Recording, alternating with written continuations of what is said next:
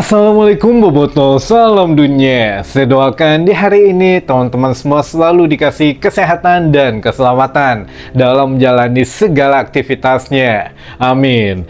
Baik Boboto, langsung kita update informasi Persib Bandung terbaru. Dan sebelum kita mulai, kita juga ingin ngucapin hatur nuhun pisan buat teman-teman Boboto yang sudah subscribe, yang sudah like, yang sering komen juga di channel ini.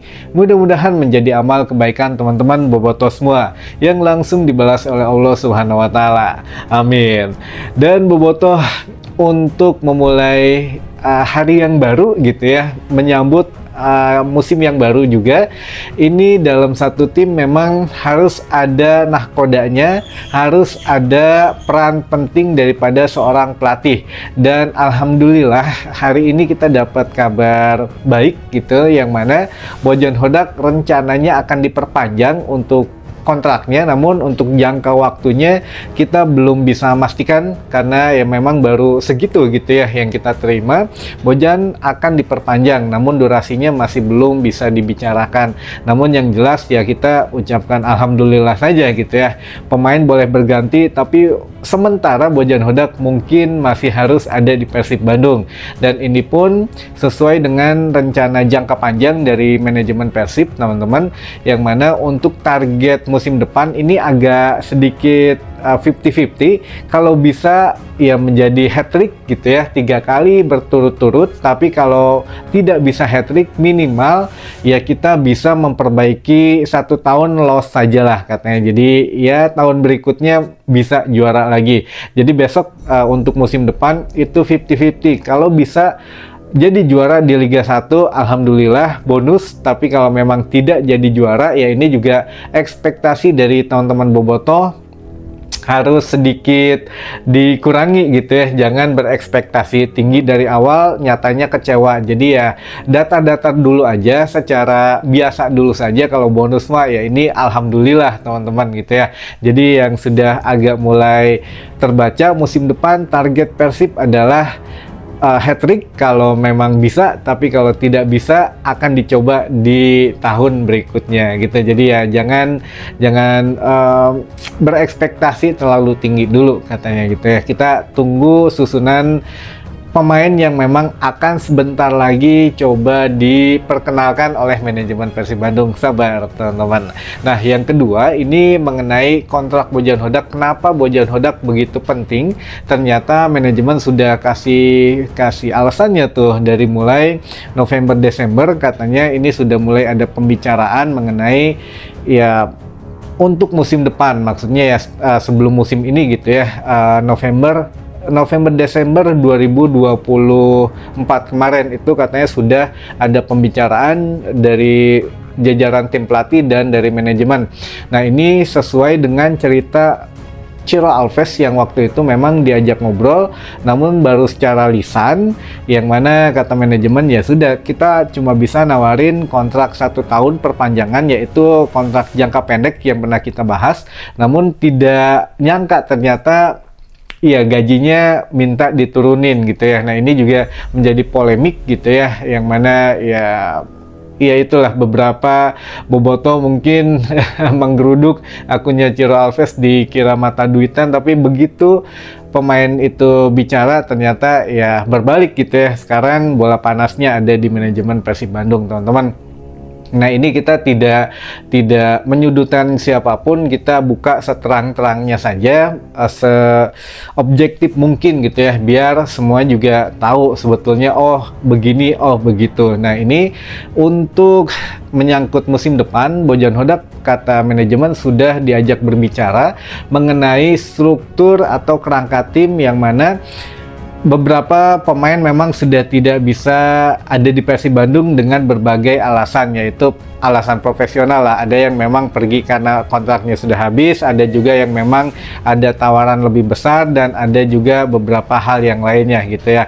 Nah namun kalau untuk menurut manajemen bukan berarti regenerasi ini menyulitkan semua pemain atau menyulitkan pemain baru yang masuk ke Persib Bandung, karena takutnya diambil dari akademi dan dari pemain-pemain muda juga gitu. Tidak seperti itu. Jadi regenerasi itu memang setidaknya untuk apa ya, salah satunya ya biar tidak terbaca mungkin ya gitu ya taktik musim depan. Karena kalau dibilang anak emas, Kevin Ray Mendoza itu anak emas Bojan Hodak dari mulai KL City yang di Liga Malaysia gitu ya, dibawa ke sini juga oleh Bojan Hodak.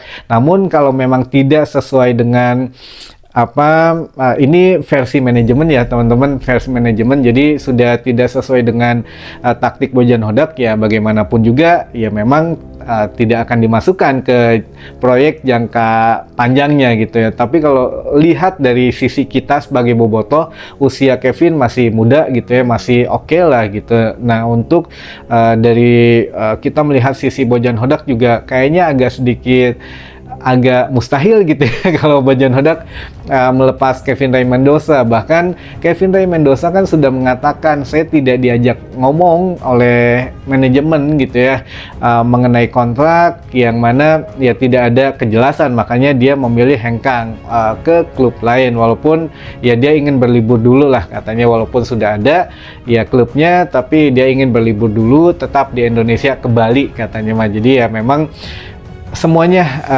menjurusnya memang ke manajemen, tapi ya kita berpikir objektif saja dan memang ya itu kenyataannya teman-teman. Mangga sajalah yang kita beropini bagaimana, tapi yang jelas manajemen ya mengatakan bahwa proyek jangka panjang sudah hampir rampung, dan memang walaupun ada beberapa catatan, setidaknya satu persatu pemain baru katanya akan diumumkan, dan kita memang sudah akan fokus di Piala Asia, maksudnya di jenjang Asia gitu. Nah ini pemain yang didatangkan juga menurut manajemen Persib Bandung tidak kalah bagusnya, bahkan ya karena kita fokus di Asia ya tidak kaleng-kaleng gitu yang didatangkan, tapi yang secara realistis. Nggak mungkin juga katanya Bojan Hodak minta Lionel Messi ya kita kasih gitu ya, harus ngejual apa Persib gitu. Nggak seperti itu. Secara realistis saja pemain ini bagus, Bojan sodorkan ke manajemen misalkan ACC, oke. Kalau tidak ACC ya tentu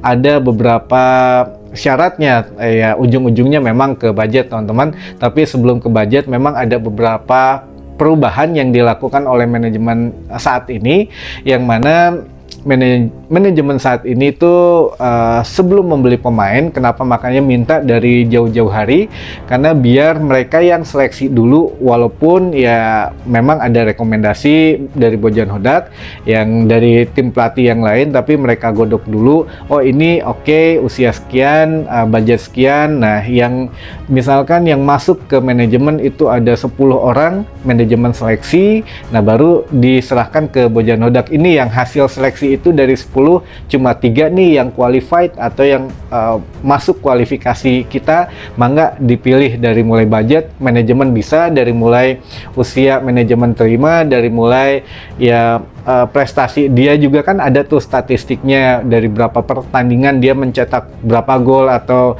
dari berapa pertandingan dia menerima kartu kuning, kartu merah berapa banyak, itu lengkap teman-teman, sehingga ya ini yang bisa direkomendasikan. Makanya hasil akhir memang hasil awal dan hasil akhir tim pelatih yang menentukan, tapi kalau untuk pembelian pemain semuanya ke manajemen, karena ya harus memikirkan budget gitu ya. Dan ini juga memang menarik dan tidak habis-habis mengenai budget ini. Untuk Kang Aditya sudah terus terang mengatakan bahwa juara di musim ini itu spesial teman-teman, karena bisa dinikmati oleh seluruh lapisan masyarakat, oleh bobotoh, oleh ya lapisan masyarakat lah, dari mulai pegawai negeri gitu ya, ASN, dari mulai seluruh profesi, dari warga Jawa Barat maupun di luar Jawa Barat. Nah sebelumnya juga karena kan kita tahu juara tahun ini tuh turun naiknya kayak roller coaster katanya, dari awal musim pemain cedera, pemain ini, pemain itu, jadi nggak komplit tapi masih bisa juara. Kalau musim kemarin itu luar biasa katanya tantangannya, dari mulai membenahi internal Persib Bandung dan lain sebagainya. Makanya nah ini ada apa gitu musim kemarin dengan musim ini, bahkan yang menurut Pak Glenn sendiri ya apa ya, berbeda gitu musim ini. Kenapa kita berani IPO di awal tahun mendatang itu karena tim sekarang sudah sehat. Nah berarti artinya musim kemarin atau di beberapa musim kemarin manajemennya nggak sehat atau gimana. Ini bukan dari kita ya, bukan opini, tapi real yang dikatakan Kang Aditya bahwa internal Persib Bandung beberapa musim kemarin atau dari musim kemarin saja itu harus banyak yang dibenahi katanya. Jadi ya kita mulai sedikit-sedikit minimal menjadi tim yang sehat, bukan tim yang kaya gitu ya. Jadi kalau tim kaya mah mungkin ya bukan Persib, tapi kalau tim yang sehat ya itu Persib Bandung teman-teman gitu. Yang minimal kita kasih kabar baik dulu mengenai kontrak Bojan Hodak yang insya Allah akan diperpanjang atau minimal masih ada di Persib Bandung untuk musim depan teman-teman gitu ya. Ya dari atasnya nanti kita merambat ke bawah gitu. Nah ini kita bahas beberapa pertanyaan dari teman-teman Boboto, mudah-mudahan bisa membantu lah apa yang memang akan ditanyakan gitu ya. Mangga. Yang pertama, nah ini Kang naha terjadi pakai bus di Jakarta pas kamari konvoy.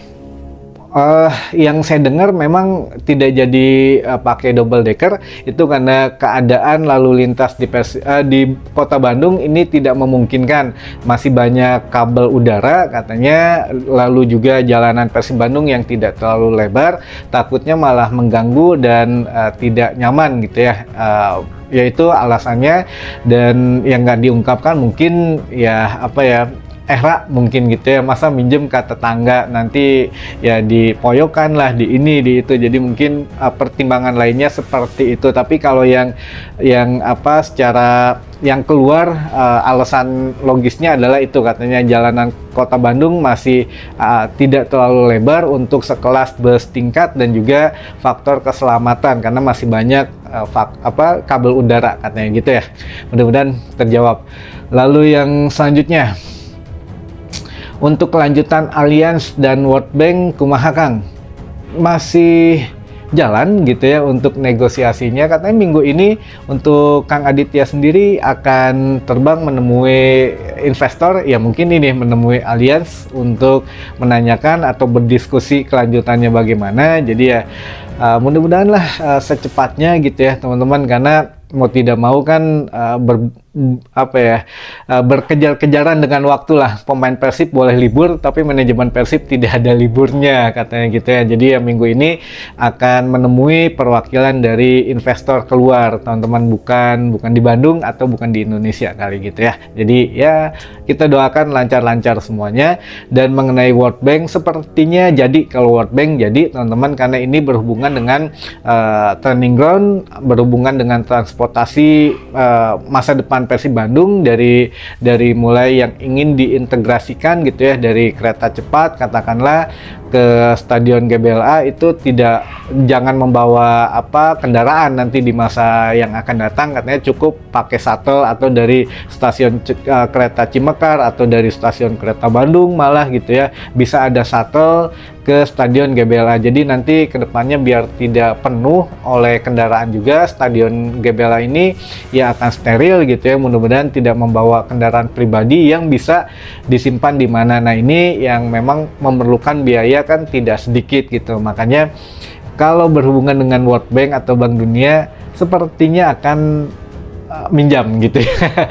Berat sih ngomongnya, tapi sepertinya akan minjam, tidak mungkin dana hibah gitu. Intinya itu aja, nggak mungkin dana hibah. Yang penting ya mudah-mudahan bisa terbayar lah, dan ya kalaupun minjam disesuaikan dengan kondisi Persib Bandung saja. Itu pesan yang paling dasar aja, jangan sampai nantinya ada masalah di tengah jalan dan ya bobotoh yang dirugikan gitu ya teman-teman. Nah sekali lagi kalau untuk Allianz sedang akan di lobby lagi minggu ini, katanya akan ada pembicaraan, tapi saya nggak yakin ya Allianz atau ada calon investor lain. Nah ini sedang dikompromikan, dan kalau World Bank ini jadi teman-teman tinggal nunggu praknya aja gitu. Makanya musim depan akan sudah mulai diuji coba untuk face recognition. Jadi ya di beberapa tribun, katanya hanya di tribun barat dulu akan dilakukan face recognition. Jadi lebih terdeteksi lagi saha ieu saha itu gitu ya. Jadi ya mudah-mudahan lebih baik lagi untuk kedepannya pengelolaan dari manajemen Persib Bandung dan dari Panpel gitu. Lalu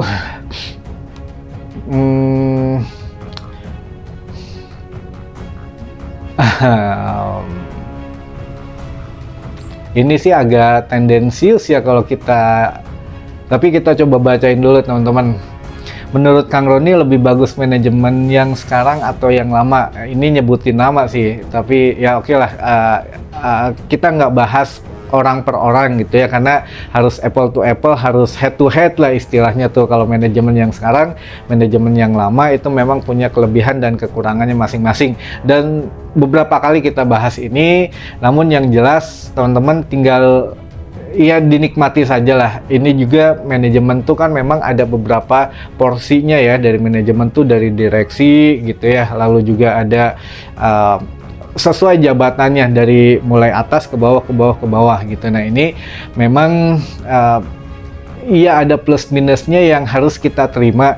Namun dari pemilihan manajemen yang sekarang, maksudnya manajemen yang langsung turun mengurusi Persib Bandung secara lebih banyak porsinya, ya tertuju ya kalau yang musim lalu ke Pak Teddy, sekarang ke Kang Adit gitu ya. Nah ini sama-sama dipilih oleh Pak Glenn Sugita. Nah ini ya atas dasar apa mungkin beliau yang lebih tahu, tapi kalau kita tinggal nikmatin hasilnya aja lah teman-teman. Kita lebih objektif saja, kita nikmatin prosesnya, kita sebagai bobotoh tinggal mendoakan saja dan support apa yang memang menjadi kelebihannya, dan kita juga harus kritik jika memang ada kekurangannya gitu ya. Dan ya kalau head to head kita ambil contoh saja apa ya, tiket lah gitu ya, tiket dari mulai Pak Teddy dengan Kang Adit ini kan memang sudah menerapkan online gitu ya untuk tiket pembelian online, tapi masalahnya dari zaman Pak Teddy ini memang sudah membatasi pembelian